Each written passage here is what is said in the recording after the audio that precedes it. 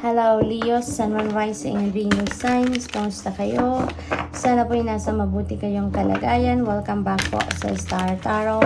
Kung bago kayo dito, welcome din kayo. Thank you sa inyong support. I truly appreciate it. God bless you all. Pauna mensahe ninyo for the week, Leo, we have the Golden Healer Quartz. Open the door. Ayan. Huwag na kayong mag-procrastinate. Buksan na ninyo ang inyong pinto para makapasok na ang kung ano man ang dapat makapasok. That looks like opportunities na kumakatok dito sa buhay ninyo, Leo. Kaya buksan nyo na at huwag nyo nang huwag nyo nang pagdalawang isipan pa. No? Huwag nyo nang doubtan pa ba kung ano ang parating, kung anong kumakatok, kung ano ang gustong pumasok sa buhay ninyo, no, Leo? And just open the door. We have Lapis Lazuli, make a decision. Ayan. So, siguro nalilito kayo sa ngayon, no? Nalilito kayo sa ngayon. Kaya iniimbitahan kayo dito na huwag na kayong masyadong mag-isip kasi parang malalim ng pinagdaanan ninyong pag-iisip sa bagay na to. But maybe, nag-overthink na lang siguro kayo dito, Leo. Nag-overanalyze na lang kayo dito. Kaya parang sinasabi ng card na to sa inyo na make a decision anyway, no? Kasi kahit hindi man ninyo yung pagdesisyonan sa ngayon, babalik at babalik pa rin kayo sa sitwasyon wherein you really need to make a decision. Kaya pinag-isipan nyo na to, matagal na tong sitwasyon na siguro na to, nakapag-gather na kayo ng mga impormasyon, nakapag-gather na kayo ng mga detalye na kailangan ninyo dito sa pagdedesisyon. It's just that maybe you are overanalyzing and overthinking, kaya make a decision anyway, no? So what else? We have clear quartz, get crystal clear. Get crystal clear of what you really want, no? Napakahalaga nito, makakatulong yan sa inyong pagdedesisyon.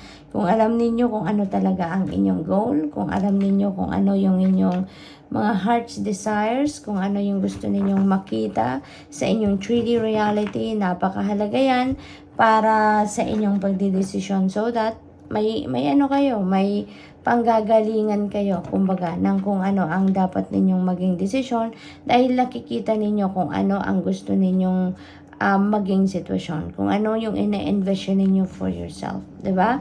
Tulad lang ng na yan, ng parang pagtatanim, 'di ba? Kung alam ninyo, sigurado na kayo sa kung ano ang klaseng bunga ang gusto ninyong makita, no? Bilang resulta ng inyong pagtatanim, doon kayo magbabase kung anong klaseng seed ang itatanim ninyo, hindi ba? Ganun din ang sitwasyon dito.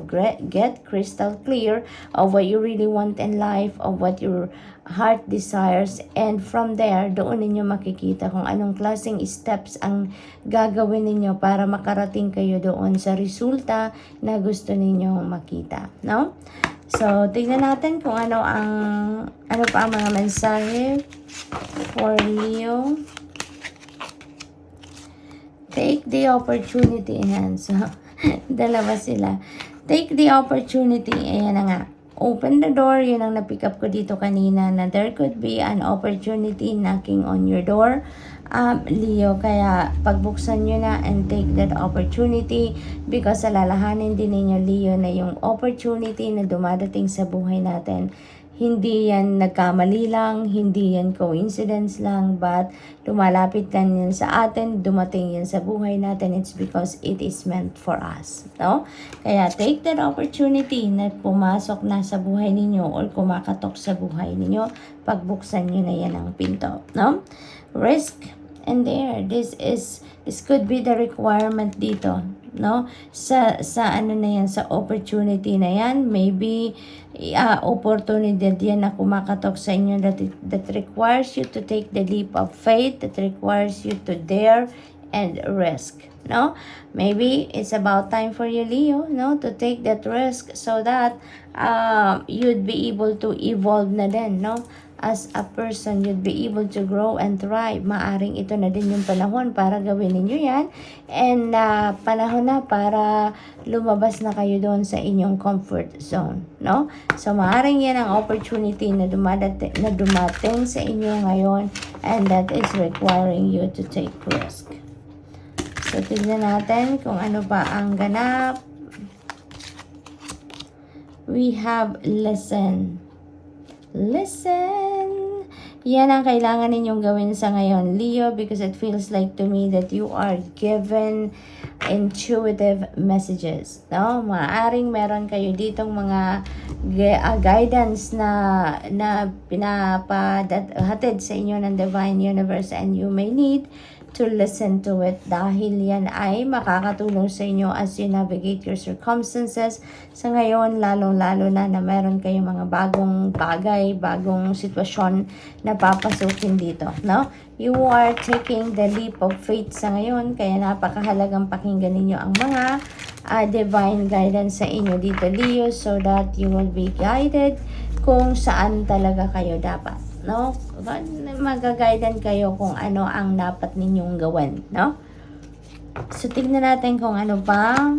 We have Queen of Pentacles. Napakagandang energy nito. This is very nurturing energy.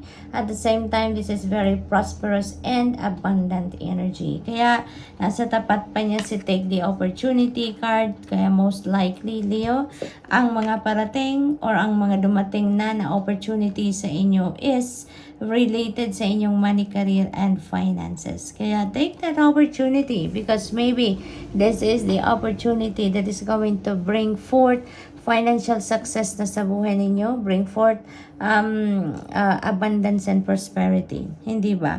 Kaya tignan niyo, buksan na ninyo ang inyong pinto para dyan sa mga oportunidad na yan, no?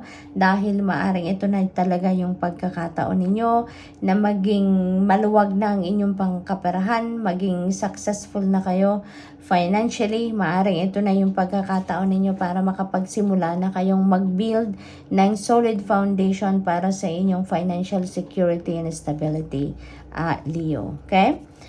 For others of you din naman, maaaring opportunity ito for you to take care of your loved ones, take care of the people around you. Maaaring may ganong ganap. Maaaring ang iba sa inyo dito, there is an opportunity para sa isang trabahong siguro caregiving, no? Maaaring ganon ang ganap dito for some of you. So, good luck po. What else? We have King of Wands. Ayan. So, maaaring negosyo, no? Ang iba sa inyo maybe is embarking on a home business, no? Or maaaring online business, no? Yung ganon. So, maybe ang iba sa inyo, maaring yung opportunity na to is business venture, or maaring leadership role din, no? Maaaring ang iba sa inyo mapopromote into a leadership role dito. Magle-level up na ang inyong posisyon sa trabaho. What else? We have 7 of Wands. Ayan. So, may mga taong nag-aano dito sa inyo, no? Siguro may mga taong naiinggit dito sa inyo. Maaring may mga taong magta-try dito na parang i-intimidate ka para siguro i-give up mo kung ano ang inyong posisyon sa trabaho. Maaaring yung promotion na to, marami kang dito, rival, no? Marami sigurong nag-apply din sa trabaho, sa posisyon na to, but it was awarded to you. Kaya siguro may mga naiinggit sa inyo, may mga naiinis sa inyo because nabigay sa inyo at hindi sa kanila, no? But just stand your ground, Leo, no? Stand your ground. Panindigan nyo lang kung ano yung inyong pinaniniwalaan, no?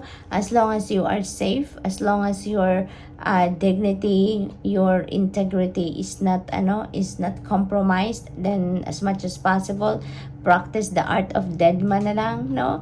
Otherwise, no, kung kailangan mong ipaglaban ang sarili mo, kailangan mong depensahan ang iyong posisyon o sarili, do so, no? So, in that case, always listen to your intuition dahil it will always give you a signal kung ano ang tama mong gawin. Okay? So, good luck. That's all I have for you for the week. Thank you for watching. Love and light. Namaste.